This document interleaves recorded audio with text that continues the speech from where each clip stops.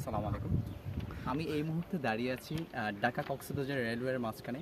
এই লোকেশনটার এই জায়গাটার নামটি হচ্ছে আপনার মৌলবীর দোকানের পরে কেরানীহাটের ঠিক মাঝখানে তেমহানি নামক একটি জায়গা।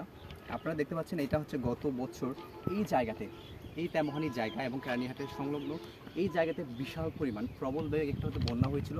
The reason behind this actually আপনারা জানেন সেটা হচ্ছে এই রেলবিটের কারণে। কারণ হচ্ছে আপনার এই রেলবিটে হচ্ছে আপনার এই কালভার্ট যেগুলো ছিল সেগুলো খুব সংকীর্ণ ছিল। তো পানি যাতায়াতের যে সমস্যাটা হয়েছিল যার কারণে হচ্ছে এই বান্দরবনের যে প্রবল বৃষ্টির কারণে পানি সবগুলো হচ্ছে পাহাড়ি ঢল নেমে এদিকে একদম প্রবলভাবে হচ্ছে পানিগুলো আটকে গিয়েছিল। আর পানিগুলো জাস্ট এক পাশ থেকে আরেক পাশ হতে পারে নাই, যার জন্য হচ্ছে এই বন্যাটা হয়েছিল অ্যাকচুয়ালি।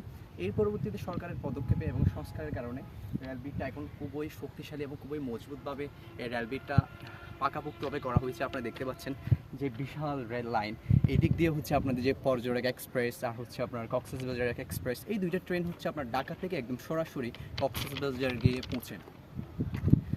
আমি যদি আপনাদেরকে দেখেন এইটা হচ্ছে এখানে দুইটা রেলবিট রয়েছে, একটা রেলবিট রয়েছে দুইটা পার্ট।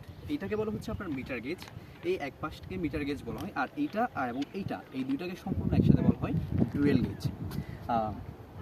এই যে এখন হচ্ছে আপনার ঠিক 12টা 45 মতো টাইম হচ্ছে, আর আপনার 1টা কিংবা 1টা 15-এর দিকে এদিক দিয়ে পর্যটক এক্সপ্রেস ঢাকা হতে যেটা চট্টগ্রাম হয়ে কক্সবাজার যাবে, ঠিক আর আধ ঘন্টা পরেই ট্রেনটা এদিক দিয়ে আসবে।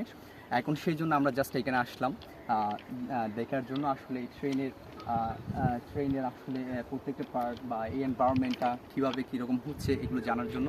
আগে কখনো আসি নাই, আজকেই প্রথম, এই জন্য feelings good. That's all. Thank you very much.